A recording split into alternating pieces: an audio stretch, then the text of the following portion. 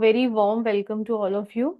Myself Inderpreet Kaur, and today we are going to discuss CUET Maths 2022 paper. And this is a core maths. The code is 041. So let's not waste time. Starting with question number 1.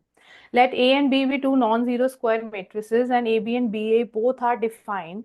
It means अब NCERT बहुत अच्छे तरीके से पढ़ी है. So this is the remarks given in NCERT. बहुत bold letters में given है कि AB and BN multiplication are defined if and only if the number of rows equals to the number of columns.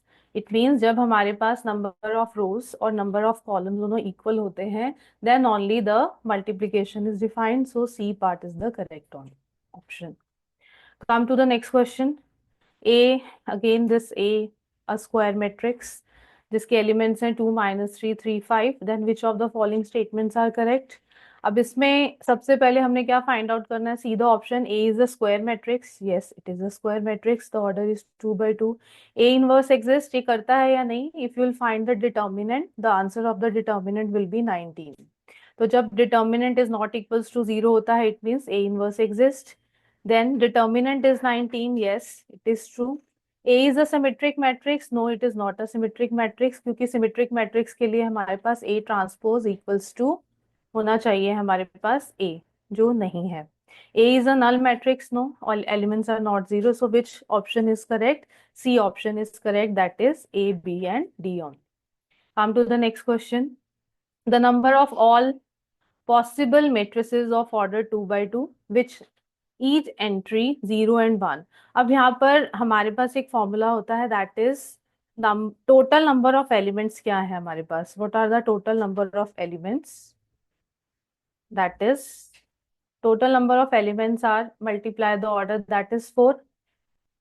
And we have the total entries. हमारे पास total entries कितनी हैं? We have two total entries, that is 0 and 1. तो total entries हमारे पास 2 हैं. तो total entries raise to power number of elements, इसका फॉर्मूला होता है. अगर टोटल एंट्रीज 3 होगी तो टोटल एंट्रीज 3 बेस में आ जाएगा. So answer is 16. So C part is the correct answer. Okay, come to question number 4. अब ये थोड़ा सॉल्विंग पार्ट आ गया हमारे पास सॉल्यूशन में. अब what is given, just see.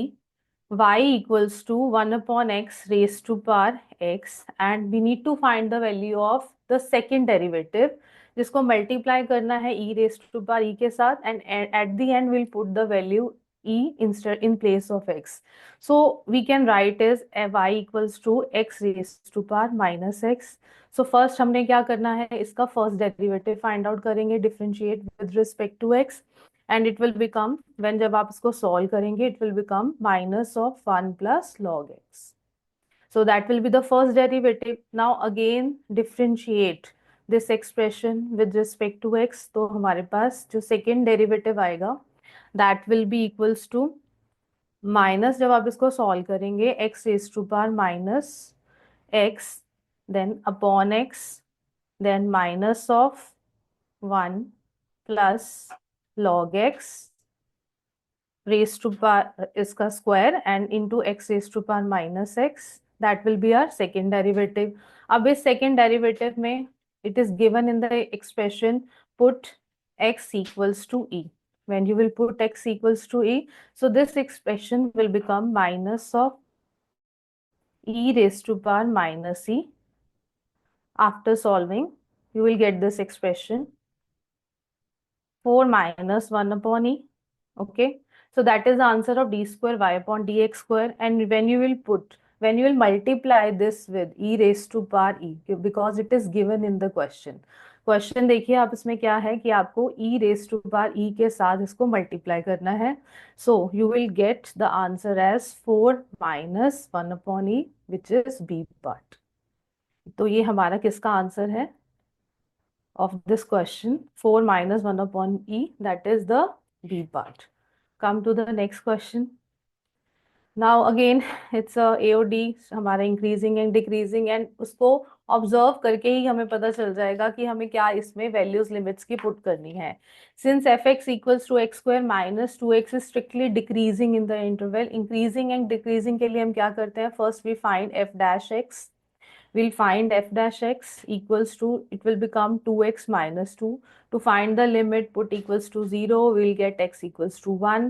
So if we'll draw a number line, we have this minus infinity, then 1, and then plus infinity. So we have two intervals, minus infinity to 1 and 1 to minus infinity.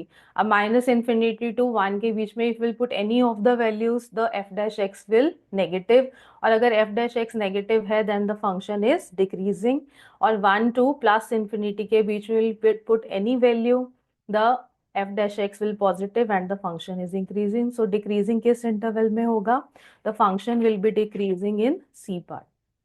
This will be the interval. Okay, come to question number 6.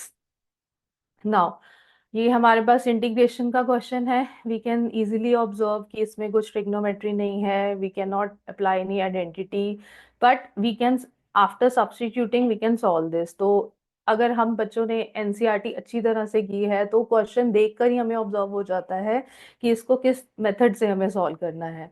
So it's a basically simply question of that substitution. So we'll put x raised to power 5 in the denominator and x raised to power 4 in the numerator.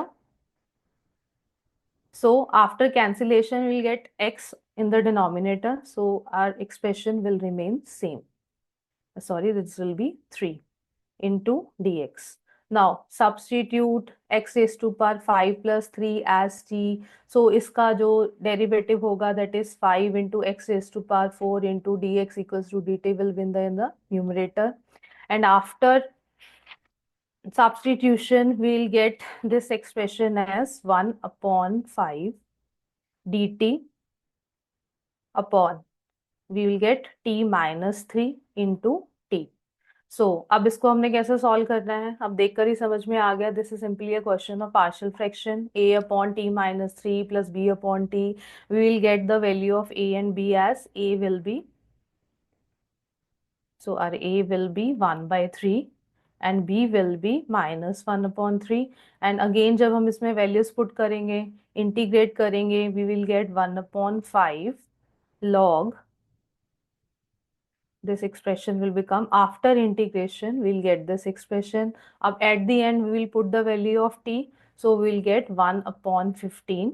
Instead of t we will put x raised to power 5 plus 3, it will become 1 by 15 log x raised to power 5 upon x raised to power 5 plus 3 and plus c. So this is the answer. B part is the answer of this integration. Come to the next question. Again it's a question of integration, but we can see कि एक expression है जिसमें एक missing value है. This missing value is qx, and how we will find the missing value. अब इस missing value के लिए we have to integrate this question. तो we can easily see the degree of numerator is greater than the degree of denominator. तो जब हमारे पास ये होता है तो हम एनसीईआरटी में ही, ये अगेन एक रिमार्क है, तो इस एक्सप्रेशन को कैसे सॉल्व करते हैं, question plus remainder upon denominator.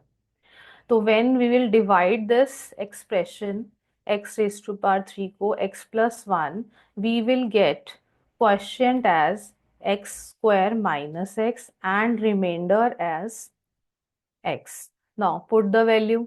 अब इसको हम separately integrate करेंगे. This will become our x and then plus, this is the question. I'm so sorry. This is the question. Put the value here. Our question was x square minus x, integrate this expression plus, then remainder was x and divisor was x plus 1 into dx. Now अब ये expression log से solve हो जाएगा. We'll do here plus 1 minus 1 separate करेंगे. So at the end we'll get this answer x cube upon 3 after integration minus x square upon 2 plus x and minus of log mod x plus 1. Okay. Now अब इस question को हम दोबारा से ध्यान से देखें, so minus of log x plus one के साथ क्या मल्टीप्लाई हो रहा है, दिस सॉरी क्या ऐड हो रहा है, द होल एक्सप्रेशन। सो अब ये किस पार्ट का आंसर हो, that is D part is the correct answer of question number 7।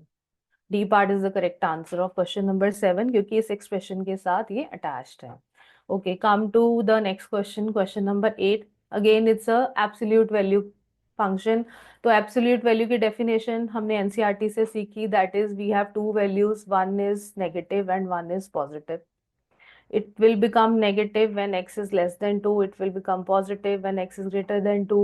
And again this is a mod x, again दो values हैं हमारे पास, minus x and plus x, x is less than 0 and x is greater than equals to 0। so but अब अगर हम इसमें limits की बात करें, वी हैव लिमिट -1 to 1, तो इसमें हम 2 तक तो लिमिट ले ही नहीं सकते। सो हमारे पास जो लिमिट है वो आ जाएगी -1 से 0 तक एंड देन 0 से 1 तक। अब -1 और 0 के बीच में इफ विल जज, तो we have to take this function, this is negative and -x। तो दोनों फंक्शंस हमने लिख दिए यहाँ पर, -(x) -2 एंड -x। ठीक है, this whole expression will be integrated and between 0 to 1 again x-2 negative रहेगा बट x पॉजिटिव रहेगा। So after integration the whole expression we will get the answer, and after putting the limit as -1 to 1 we'll get the answer as 6, which is the D part। तो after integration जब आप इसको solve करेंगे and values put करेंगे, you will get 6 as the answer। okay, now come to the next question, this is our next question। if a and b are order and degree of differential equation, अब differential equation order and degree, again it's a first exercise of differential equation, MCQ में आती है और आप सबने अच्छी तरह से प्रिपेयर किया है। सो ये आई होप ये सबके लिए क्लियर होगा। Order is the first derivative और second derivative that we have to see, by double dash है, so order is 2। And what is the degree, degree is the power of the order, that is 1। so degree is 1, so it means our a is the order, that is 2, degree है 1। तो a और b की value when you will put here you will get 10। so D part is the correct answer। okay, come to question number 10, this is our next question। the solution of the differential equation x dy minus y dx, x dy minus y d x equals to 0 represent family of. So इसको हमें solve करना पड़ेगा, variable separable method. Again it's a next 9.2 I think in our NCERT. Again I am always emphasize on NCERT because NCERT अगर आपने अच्छी तरह से किया with all the example and all the question, so paper में ऐसा कोई भी क्वेश्चन नहीं होगा जो आपको ये लगे कि it's out of the book. सब कुछ कंसेप्ट आपके बुक में से ही होते हैं। सो if we'll do this question by variable separable method, it will become dx, this is your dx minus y dx equals to minus x dy। इसको variable separable से करते हैं, it will become minus से minus cancel हो गया, so it will become dx upon x equals to dy upon y। integrate this, we will get y equals to x log x equals to log y plus C, जो भी होगा तो y equals to x C. अब y equals to x C ये clearly visible है, ये circle की equation नहीं है, ये स्ट्रेट लाइन की इक्वेशन है। So we have two option, इधर बी और सी। क्या होगा, हो सकता है स्ट्रेट लाइन पासिंग थ्रू -1 6, ये तो हो नहीं सकता। Straight line passing through the origin ये हो सकता है, क्योंकि सी हमारा कोई भी कॉन्स्टेंट है, सी की वैल्यू आप कोई भी पुट कीजिए। और 9th क्लास में जो हमने ग्राफ्स बनाने सीखे थे, when you will draw the graph it will passes through the origin. So here C part is the correct answer। Come to the next question। अभी हमारा अगेन सॉल्विंग पार्ट है, it will take time, क्योंकि कुछ questions होते हैं जो orally हम solve कर लेते हैं, कुछ क्वेश्चन टाइम कंज्यूमिंग होते हैं। सो इसके लिए we must know the method. Again ये डिफरेंशियल इक्वेशन का क्वेश्चन है and here after solving we have to put x equals to 0, we will get y equals to 1 and after putting the values हमें y की value e put करनी है and we have to see कि इसमें x की value क्या आएगी। so we will differentiate this तो हमारे पास क्या आ जाएगा, put x upon Y equals to V. ये हमारा मेथड है सॉल्व करने का, जो हमें इजीली नजर आ रहा है, बिकॉज यहाँ पर e raise to power x upon y, x upon y होता है तो हम उसको v पुट कर देते हैं, y अपॉन x होता है तो हम उसको v पुट कर देते हैं। Again differentiate with respect to y, we will get dx upon dy equals to v plus y into D V upon D Y. अब इसको सॉल्व करेंगे तो हमारे पास इंटीग्रेट कर सिंप्लीफाई करके ये वर्जन आ जाएगा इस एक्सप्रेशन का। After integration we will get e raise to power v equals to Y plus C. ठीक है, v की value will put here x upon y, जो हमने यहाँ पर पुट की है। So will get this expression e raise to power x upon Y equals to Y plus C. ये हमारा आफ्टर इंटीग्रेशन ये एक्सप्रेशन आएगा। Now come to the second part, put x equals to 0 when y equals to 1। we will get this expression e raise to power 0 equals to 1 plus C. Log e की वैल्यू 1 होती है, हमें पता है, वो हम पुट कर देंगे। We will get c equals to 0। अब अगेन c की value 0 will put in this expression, तो हमारे पास क्या आ जाएगा, e raise to power x upon Y equals to Y plus 0। E when we will transport e over there तो ये log में कन्वर्ट हो जाएगा, तो x equals to Y log y। This will be the expression. Now come to the third part, what they have given. आपने x Y की value क्या put करनी है, ई, तो यहाँ पर भी वाई है, उसकी जगह आप ई पुट कर दो। ठीक है, तो हमारे पास एक्स का आंसर आ जाएगा ई। तो एक्स की वैल्यू क्या आ गई at the end, that is चीज, तो इसको आप ठीक कर लेना, this is not capital E small E. So D part is the correct answer. Now come to again, again ये हमारा ओरल होने वाला क्वेश्चन है, इस दो स्टेप में ही हो जाएगा। ये अगेन एब्सोल्यूट वैल्यू का क्वेश्चन है, और अभी हमने लिखा कि एब्सोल्यूट वैल्यू की जो एक्सप्रेशन होता है, they have two values, one is negative one is positive, when x is less than 0 and when x is greater than equals to 0। Now अब 0 हमारे पास लिमिट आ गई, so -1 to 0 and 0 to 1। So -1 to 0 में will take negative of x, and 0 to 1 में we will take positive of x। इसको integrate करेंगे, we will and put the limit at the end, we will get 2 into E minus 1 which is the D part. So D part is the correct answer. Okay, now this is the question of probability, and this is the basic formula that we all have done in class 11th। तो class 11th हम सबने अच्छे से की है, probability की है। और प्रोबेबिलिटी का तो ये फॉर्मूला बाय हार्ट सबको लर्न होता है, that is probability of A union B equals to probability of A plus probability of B. तो ऐसे इजी इजी क्वेश्चंस भी आने चाहिए, ताकि हमें खुशी हो कि हमारा पेपर बहुत अच्छा हुआ है। एंड ऑब्वियसली अच्छा होगा आप सबका, क्योंकि अगर आपने एनसीईआरटी बाय हार्ट की है without missing any a single example, तो आपका पेपर अच्छा ही होगा। तो probability of A union B is given, A is given, B is given, तो intersection when you will solve you will get 1/12।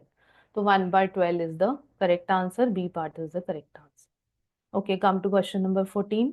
Again इसमें आप थोड़ी सी करेक्शन कर लीजिए, नहीं इसमें करेक्शन नहीं है। The next question, probability distribution of x is given and we need to find the variance of x. अब वेरिएंस ऑफ एक्स का फॉर्मूला हमें पता है क्या होता है, expected of x square minus expected of x whole square. This is the formula of variance. तो expected of x is the mean, और एक्सपेक्टेड ऑफ एक्स हमारा कैसे फाइंड आउट होता है, that is multiply x i with p x i. 0 into 0.1 plus 1 into 2k plus 2 into k plus 3 into k and plus 4 into 2k that is 8k। Okay, so that is expected of x. और अगर हमें k की वैल्यू निकालनी है तो sum of all the probabilities will be equal to 1, ये हमें पता है, जो बेसिक फॉर्मूला है। इसको अगर हम सॉल्व करेंगे we will get k equals to 3/20। अब इस k की वैल्यू को अगर हम यहाँ पुट करेंगे we will get expected of x equals to 9/4। अब एक्सपेक्टेड ऑफ एक्स स्क्वायर के लिए सबसे पहले we need to find the square of x. The square of x is 0 then 1 then 4 then 9 then 16, multiply करेंगे। After putting the value we will get expecting of x square, expected of x square will be 141/20 and put these two value in the formula, you will get 159/80 will be the answer, which is the D part. So D part is the correct answer of this. Okay. Again ये हमारा एक LPP का question है, देखते ही हमें समझ में आ गया। The maximum value of what will be the maximum value of this objective function if this these two linear inequalities are given. तो रफली हम एक डायग्राम बना लेते हैं। फर्स्ट लीनियर इनइक्वालिटी के लिए will put x equals to 0, y will be 28/3 and put y equals to 0, x will be 14। Again यहाँ पर सेकेंड इनइक्वालिटी के लिए put x equals to 0, y is 10, put y is 0, x is 10। और जब हम इसका ग्राफ ड्रॉ करेंगे, x is 0, y is 9 point something and put y equals to 0, x is 14। सो ये कुछ इस तरह से बनेगा। सेकेंड ग्राफ आपका कुछ इस तरह से बनेगा, और जो फिजिबल रीजन आएगा, क्योंकि दोनों ही लेस देन 0 तो टुवर्ड्स ओरिजिन जाएंगी, तो हमारे पास 4 कॉर्नर पॉइंट्स आ जाएंगे। This will B 1, 2, 3 and 4। तो एक आ जाएगा हमारे पास 0, 28/3, एक आ जाएगा 0, 10, एक 10, 0, और एक हो जाएगा इसका इंटरसेक्टिंग पॉइंट। अब ये इंटरसेक्टिंग पॉइंट तो obviously we don't have graph, वो नजर नहीं आ रहा, तो इंटरसेक्टिंग पॉइंट फाइंड आउट करने के लिए we will use the elimination method. Elimination method से हमने इन दोनों इनइक्वालिटीज को सॉल्व करना है, and we will get x equals to 2 and y equals to 8। So हमारे जो कॉर्नर पॉइंट्स आ जाएंगे, that will be the 1, then this is 2, then 3 and 4। इन कॉर्नर पॉइंट्स को हमने ऑब्जेक्टिव फंक्शन में पुट करना है, and will get 40 as the maximum answer. तो हमारा जो मैक्सिमम आंसर होगा that will be 40। Let's move to the next question, match the list with column 1 to 2। अब ये हमारे पास एक रिलेशन फंक्शन का मैचिंग है, जिसमें students x and y are students of the same school whether they are symmetric, one one bijective, equivalence. तो अगर हम इनकी डेफिनेशंस अच्छी तरह से पढ़ी हैं, तो ए का आंसर हमें फोर्थ लगेगा। Yes, this is the correct answer. Equivalence होगा x y of the same school, y x of the same school, z भी कोई students of the same school. ये सिमेट्रिक भी होगा, रिफ्लेक्सिव भी होगा, that's why equivalence. L1 L2 perpendicular है, तो L2 भी L1 पर परपेंडिकुलर होगी। सो बी पार्ट के लिए हम कौन सा आंसर इसमें सिलेक्ट करेंगे? बी पार्ट के लिए सिमेट्रिक आंसर। तो इसको कट शॉर्ट करने के लिए हम ये देखते हैं कि ए का फोर्थ पार्ट आ रहा है, बी का फर्स्ट पार्ट आ रहा है। तो ये हमारे पास एक तो बी ऑप्शन आ रही है इसमें, और एक डी ऑप्शन आ रही है। अब देखते हैं बी और डी में से कौन सी करेक्ट है, तो एक और सॉल्व कर लेते हैं। This one, 1 + x²। अब इसमें वो बोल रहा है कि इसके में सारे रियल नंबर्स हैं, बट हमारे पास 1 1 फंक्शन तभी होता है, will put x is 0, will get y is 1, y is x is 1, y is 0। मतलब every domain has a unique range, तो ये फंक्शन 1 1 हो जाएगा। तो डी का आंसर हो जाएगा 2। So this B part is the correct answer, और तो इसमें कोई ऑप्शन आ रही नहीं। Now come to the next question. Again it's a very easy, हमारा इनवर्स ट्रिगो का क्वेश्चन है। तो इनवर्स को सॉल्व करने के लिए यूज दिस फर्स्ट। अंदर से हम ब्रैकेट स्टार्ट करते हैं। कॉस इनवर्स √3/2 है, तो विल पुट, क्या पुट करेंगे इसमें? √3/2 कॉस की किस वैल्यू पर आता है? दैट इज π/6, उसको पुट करेंगे। देन इसको कैंसिल करेंगे। tan इनवर्स अंदर का एक्सप्रेशन हमारा tan में चेंज हो जाएगा, and after cancellation will get the answer as π/3। Again it's a match a column. अब इसमें तो everybody has learn the principal value branch और इसकी रेंज, और ये बाय हार्ट सबको लर्न होती है कि इनवर्स ट्रिगो ट्रिगो में हम सबसे पहले यही लर्न करते हैं।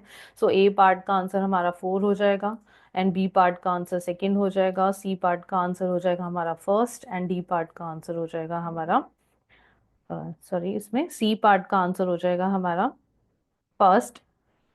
सो D part is the correct answer. A is fourth, B is second, C is first and D is third. Okay, come to the next question. Again, इसमें तो कुछ सबको ही solve करना आता है। We need to find the transpose of A. First, transpose of A find out करेंगे हम इसमें। तो transpose of A find out करने के बाद क्या आ जाएगा हमारे पास? वो cos alpha sin alpha as a column and minus sin alpha cos alpha as a second column. So A transpose of A when we will solve, तो हमारे पास एलिमेंट्स आ जाएंगे 1 0 0 1, और ये होता है हमारे पास that is the identity matrix. तो इसमें हमारे पास कौन सी ऑप्शन आएगी? A part will be the correct answer. This A part will be the correct answer. Okay, come to the next question. अब इसमें A matrix is given, determinant of adjoint of A हमें find out करना है। तो again ये हम सबको पता है, विल यूज द प्रॉपर्टी कि determinant of adjoint of A किसके इक्वल होता है? That is determinant of A raise to power n-1, जो हमारे पास प्रॉपर्टी होती है। n is the order of the matrix. तो डिटर्मिनेंट ऑफ ए हमने फाइंड आउट किया, दैट विल बी -15। हम इसको सॉल्व करेंगे, ऑर्डर है हमारे पास 3, 3 - 1 is 2। After solving get C part will be the correct answer, that is 225। Okay, come to the next question. Identify the correct option. A modulus function is continuous. Again ये NCERT की statements हैं which is very important. Yes, हमने किए भी हैं question, this is true. A modulus function may और may not be, तो हो नहीं सकता, अभी हमने ऊपर इसको ट्रू डिफाइन किया, that is false. Every rational function is continuous in this domain, that is true. Then if a function is differentiable at a point, then it is also continuous at that point, so D is again true. And E, if a function is continuous at a point, then it is also differentiable, no, this is false. So we have to choose the correct answer। इसमें बस एक correction कर लीजिएगा, A, C and D, यहाँ पर हमारे पास 3 option आएंगी जो कि ट्रू होंगी, तो A, C and D will be the correct answer। Come to the question number 7। Again ये हमारे पास लिमिट्स एंड कंटिन्यूटी का क्वेश्चन है। We need to find the value of k function is continuous.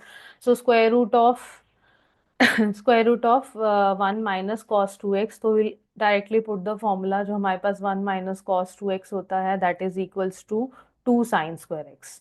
तो अब इसको अगर हम पुट करेंगे तो वी कैन इजीली जज कि ये कैंसिल हो जाएगा, 2 हो जाएगा square root of 2, sine square x का square root will be sine x, and here x and root 2 ये कैंसिल हो जाएगी। हमें पता है एक्स टेंडिंग टू 0 इसके लिमिट जो है वो 1 होती है। So answer will be 1 for left hand limit and right hand limit, and if the function is continuous at x equals to 0, so k will be 1. So A part will be the correct answer. Okay. Come to the next question। if y equals to log secant x square, तो अब ये जो log secant x square है हमारे पास log theta का derivative होता है 1 अपॉन थीटा, एंड थीटा का डेरिवेटिव इज 1। तो log secant e raise to power x 1 x square का derivative, first derivative will be dy by dx equals to 1 upon secant x square into e raise to power x square का derivative will be 2x, and secant का derivative is secant theta into tan theta. और after simplification हमारे पास expressions cancel हो जाएंगे, and we will get this as the answer, 2x e raised to power x square into tan e raised to power x square। Okay, this is the next question. It is clearly visible, जब basis same होते हैं तो exponential and log जो है they can cancel. सो हमारे पास जो expression आ जाएगा after cancellation, y equals to sine inverse x plus cos inverse x। तो इसका फॉर्मूला हमारा क्या होता है इनवर्स ट्रिगो का, that is π/2, and dy by dx of any constant function is 0। So A part is the correct answer। Let's move to the next question। Again time consuming हमने नहीं करना कि इंटीग्रेशन सबके सॉल्व करें, इतना time नहीं होता। तो अगेन जो सिंपलेस्ट एक्सप्रेशन हम उसको सॉल्व करते हैं। सिंपलेस्ट एक्सप्रेशन हमारे पास बी है, जिसमें अभी हमने किया कि ई और लॉग का बेस सेम होता है, it will cancel, and we are left with integral of root x upon x into d x. इसका इंटीग्रेशन करेंगे, and after integration we can see this is the answer of first part. अब B का जो है first part answer है, तो इसमें हम ये देखते हैं कि बी का फर्स्ट पार्ट किस में आ रहा है, वो सिर्फ सी पार्ट में आ रहा है। तो इसको हमने और टाइम नहीं सॉल्व करना है, तो हमने सीधा सी पार्ट इसमें मार्क कर दिया, that C part is the correct answer. Okay, now move to the next question, that is order of differential equation whose general solution is this where a and b are arbitrary constants। अब इसका order क्या होगा, तो इसके लिए हमें इसको solve करना पड़ेगा। अगेन ये बुक का ही क्वेश्चन है, अगर हमने अच्छी तरह से एनसीईआरटी की है।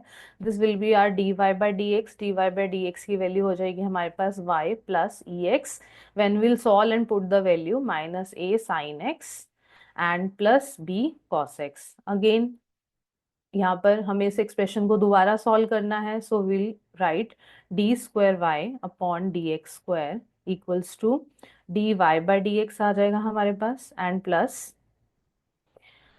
e raised to power x this expression minus a sin x plus b cos x and minus y. तो जब हम इस एक्सप्रेशन को पूरा देखते हैं, सॉल्व करते हैं, सेकेंड ऑर्डर डेरिवेटिव है इस एक्सप्रेशन में आया, तो इसका ऑर्डर हो जाएगा हमारे पास 2। तो ऑर्डर विल बी 2, एंड 2 जो है वो सी पार्ट है, तो C part is the correct option. Okay, now this is basically a theory based question. देख के हमें लगता है ओहो यहाँ पर तो हमें लिमिट्स लेनी पड़ेंगी, एफ ऑफ साइन 2x है, विल पुट द फंक्शन, फिर इसका डेरिवेटिव करें, कैसे करें, बिल्कुल कुछ नहीं सोचना, क्योंकि it's just a normal basic concept. Since ये डेफिनेट इंटीग्रल का क्वेश्चन है, लिमिट्स है तो ये डेफिनेट इंटीग्रल का क्वेश्चन है, और डेफिनेट इंटीग्रल की जो वैल्यू है अगर हम उसका इंटीग्रेशन करें we will get a constant expression, constant term आएगा हमारे पास एट द एंड, क्योंकि ये डेफिनेट इंटीग्रल का क्वेश्चन है तो जो आंसर आएगा उसमें हमें कांस्टेंट वैल्यू मिलेगी, और किसी भी कांस्टेंट वैल्यू का जो डेरिवेटिव होता है that is equals to zero. तो यहाँ पर D part will be the correct answer. Okay, come to the next question. Again it's a very simple question of integration जो हमने बुक में भी बहुत बार किया है। First we will multiply the whole expression tan x into secant x into d x and minus tan square x. तो tan x into secant x, इसका हमें सबको पता है कि जो इंटीग्रल होता है दैट इज secant x, और यहाँ पर हम इसको क्या लिखेंगे, tan स्क्वायर एक्स को secant square x minus one. Number of time we have done this expression, दोनों का इंटीग्रेशन करेंगे एंड सॉल्व करने के बाद D part will be the correct answer. Okay, again आ जाइए हम वेक्टर्स पर। वेक्टर्स के सिर्फ बेसिक कॉन्सेप्ट्स हैं जो हमने अच्छी तरह से पढ़ने हैं, that is cos alpha cos beta cos gamma are the direction cosines of the vector. तो जो हमारे डायरेक्शन को साइंस होते हैं हमने वैल्यू पढ़ी है कि l square plus m square plus n square equals to one. तो cos square alpha plus cos square beta plus cos square gamma हमारे पास क्या हो जाएगा, दैट इज वन। और हमें इस एक्सप्रेशन की वैल्यू फाइंड आउट करनी है, तो कॉस टू अल्फा को what we can write, two cos square alpha minus one, two cos square beta minus one and two cos square gamma minus one. इस expression की जगह one put करेंगे, two को solve करेंगे, minus one को solve करेंगे, will get minus one as the answer. So D part is the correct answer. we come to question number 65, again a conceptual question जो हम कोई भी क्वेश्चन के शुरुआत से पहले वेक्टर्स में हम सीखते हैं। So i dot j, cross product of j and k vectors will be i, वो हमने सीखा, और यहाँ पर इसका नेगेटिव हो जाता है दैट इज माइनस जे, और यहाँ पर के vector. So it will become I dot I will be one minus one plus one, so one is the correct answer. It means C part is the correct answer. Okay, now again a corner points are given. These all are corner points and objective function दिया है। इस objective function में हमने corner points put करने हैं, तो हमारे पास जो मैक्सिमम वैल्यू आएगी और जो मिनिमम वैल्यू आएगी वो क्या होगी, मैक्सिमम वैल्यू हमारी 23 होगी और जो मिनिमम वैल्यू होगी दैट विल बी 4। तो दोनों को माइनस करेंगे, the difference of maximum and minimum value will be 19। So A part is the correct answer.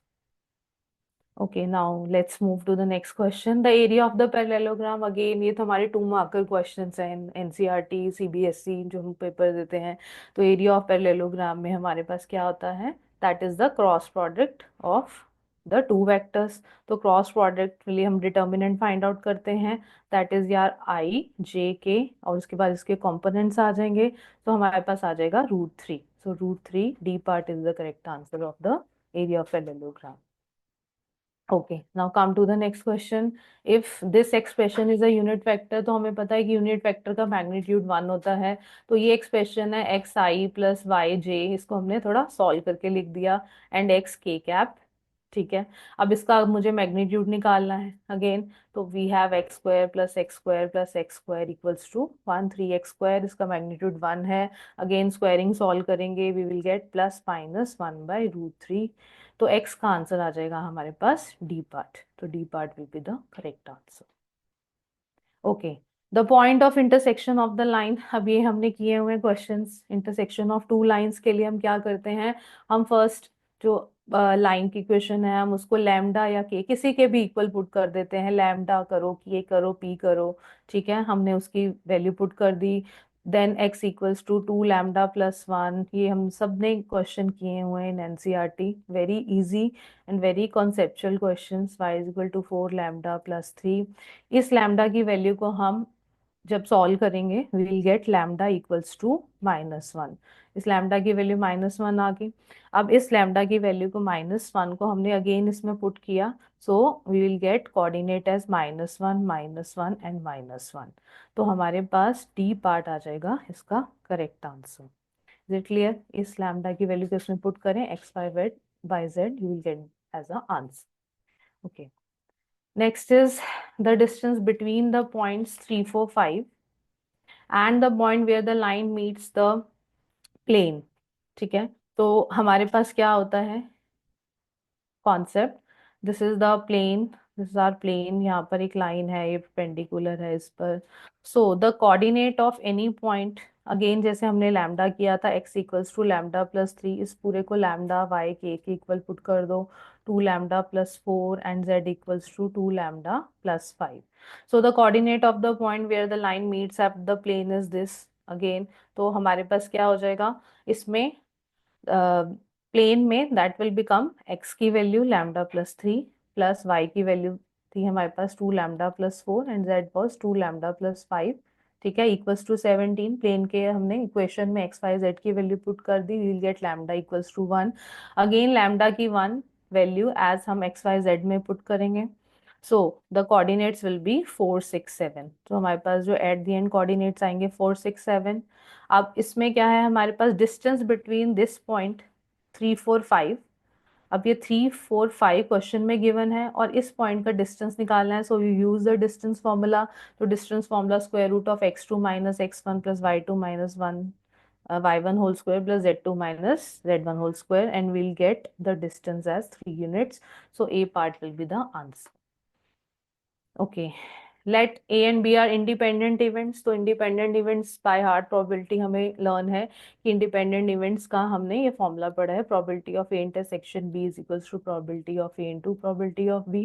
So which identify the correct statements, A and B must be mutually exclusive, no it is not necessary, they are must be mutually exclusive, ऐसा हमने कुछ नहीं पढ़ा। उनकी sum of probabilities must be equal to 1, no ऐसा भी जरूरत नहीं है। ये हमारा फॉर्मूला अभी हमें पता है और हमें ये भी पता है कि if A and B are independent then their yes this A naught and B naught are also independent, so हमारे पास C and D, C part will be the correct answer. Okay, now the next question 72, the equation of the plane, again it's a conceptual based question.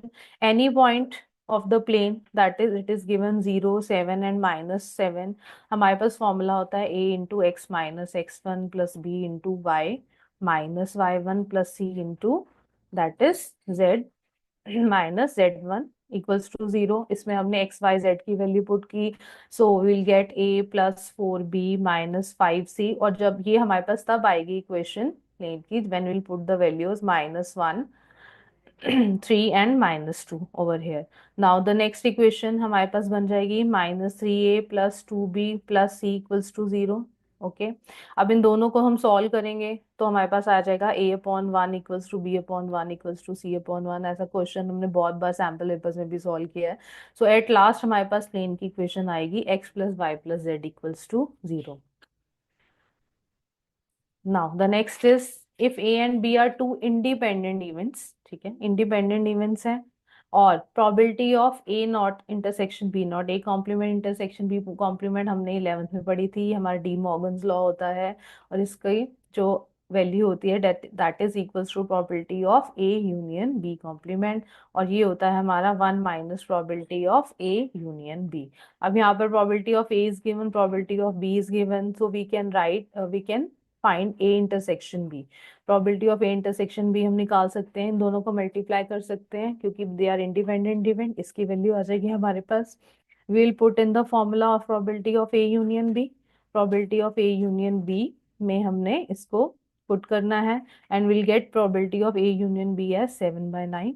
again we'll put this expression over there, so we'll get 2/9 is the answer, so D part is the correct answer। Okay, now question number 74। अब इसमें थोड़ा सा again solving part आ गया। A line L is perpendicular to another line which passing through the point, और इसमें mirror image की बात हो रही है। तो एक प्लेन है, लाइन है हमारे पास, this is the point S. ठीक है, एस से ये हमारे पास आर के प्लेन में कोऑर्डिनेट्स है और ये हमारा इमेज है हमारा एस डैश, और एस डैश के हमने कोऑर्डिनेट्स निकालने हैं, इसमें आर के कोऑर्डिनेट्स निकालने हैं, क्या होंगे।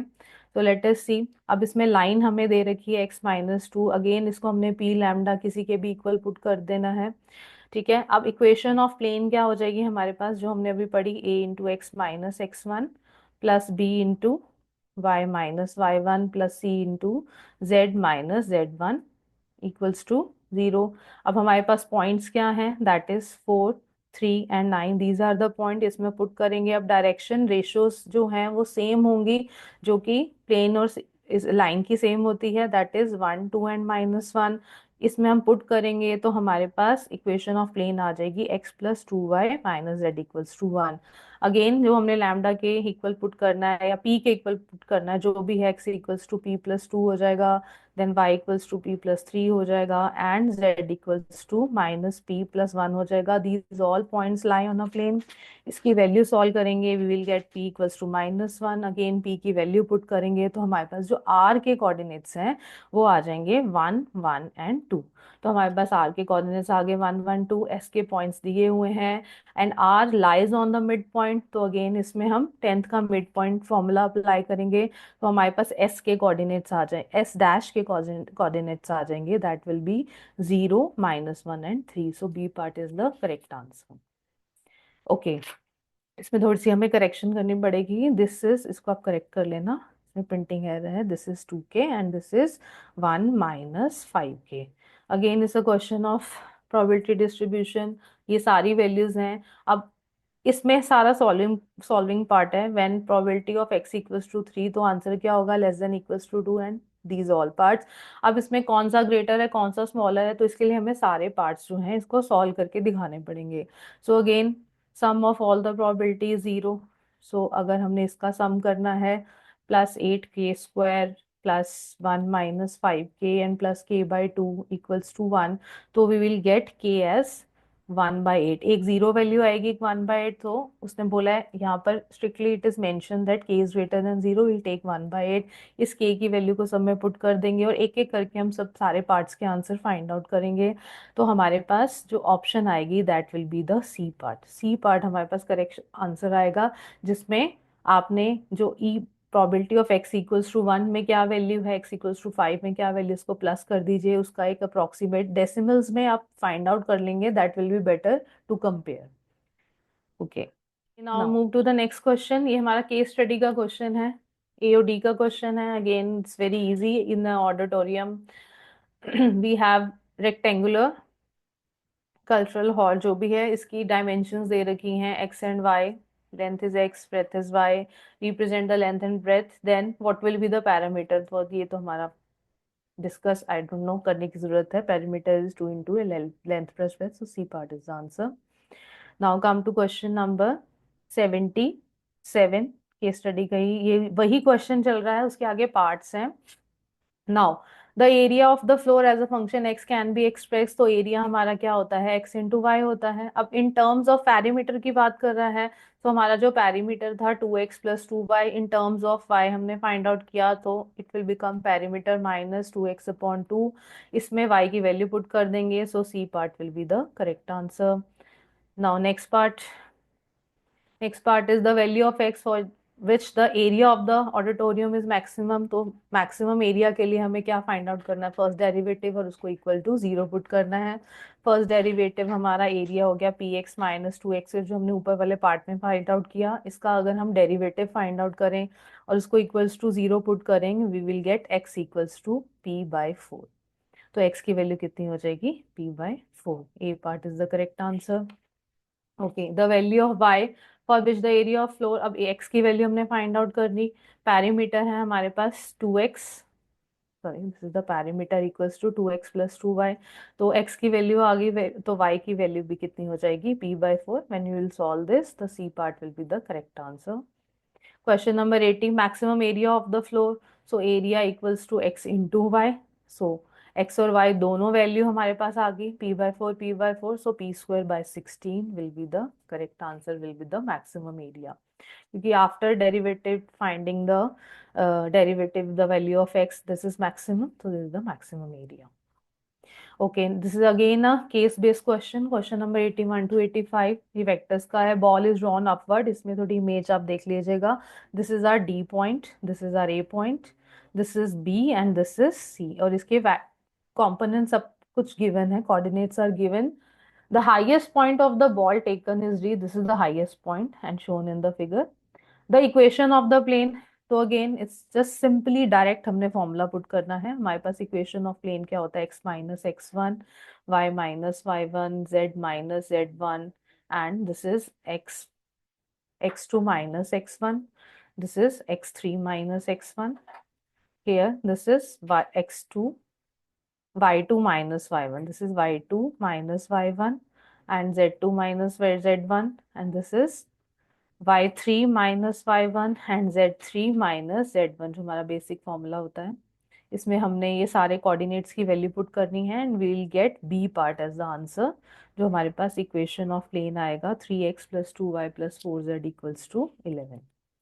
Okay, come to the next part. The maximum height of the ball drawn from the ball from the ground is, ground से maximum height क्या होगी, तो distance का फॉर्मूला क्या होता है, distance of any point from the plane, ball plane यानी कि ground पर है, ground is plane, तो हमारे पास फॉर्मूला होता है ax naught plus B Y naught plus C Z naught plus D, जो हमारा डिस्टेंस होता है upon square root of that is A square plus B square plus C square.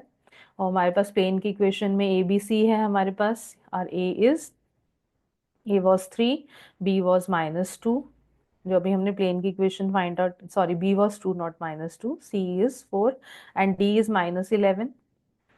Okay, and जो highest point है D के coordinates क्या है हमारे पास 2 3 1। ओके, इसमें वैल्यू पुट करेंगे तो 5/229 will be the correct answer, A part. Okay, अब इसी की आगे एक्सटेंशन है हमारे पास, the equation of the perpendicular drawn from the maximum height. तो इक्वेशन ऑफ द परपेंडिकुलर के लिए अगेन हमारे पास जो डायरेक्शन रेशियोज होती हैं वो सेम होती हैं। डायरेक्शन रेशियोज क्या हो जाएंगी, हम अभी हमने जो प्लेन की इक्वेशन निकाली है, ठीक है, और मैक्सिमम हाइट जो है दैट इज डी, उसके कोऑर्डिनेट्स क्या है 2 3 1, and direction ratios will be same, ठीक है। तो डायरेक्शन रेशियोज प्लेन की क्या हो जाएंगी 3 2 4, जो कि लाइन की भी होंगी, सेम होगी। अब इसको हम एज ए इक्वेशन पुट करेंगे तो x minus 2/3 equals to y minus 3/2 equals to z minus 1/4, तो यानी कि सी पार्ट इसका करेक्ट आंसर होगा। Okay, now this is again इसी का एक्सटेंशन है केस स्टडी का। So the coordinate of the foot of the perpendicular drawn from the maximum height of the ball, maximum height हमारी height जो थी हमारी डी थी, coordinate of the foot of the perpendicular है, इसके coordinates हैं 2 3 1, ठीक है। डायरेक्शन रेशियोज अभी हमने डिस्कस किया है वो सेम होगी जो प्लेन और इसकी लाइन की हैं। तो प्लेन था हमारे पास 3x plus 2y plus 4z equals to 11।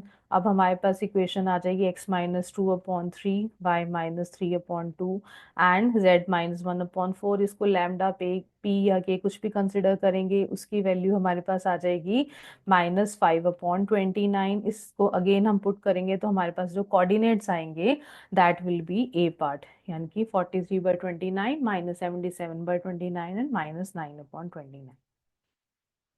Okay, this is the last one. What is the area of triangle ABC? So just see the figure, जो आपके पास फिगर है उसमें आपने इस तरह से इसको एज अ ज्वाइन करना है।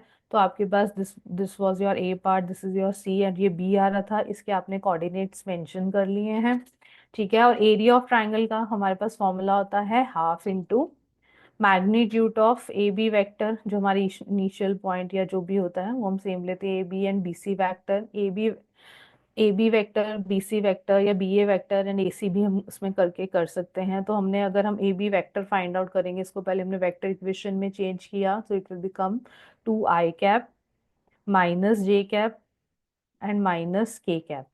This will become 2i cap minus j and minus k, and जो हमारा बी सी वेक्टर आएगा, this is our B C vector, so B C vector is -2i cap plus 3j cap and plus 0 into k cap. अब इसका हमने सबसे पहले cross product निकालना है, ए बी वैक्टर और बी सी वैक्टर का cross product, and after finding the cross product the value will be, the vector will be 3i plus 2j plus 4k।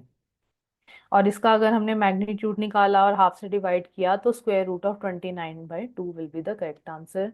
So I hope this discussion will help you. Thank you so much.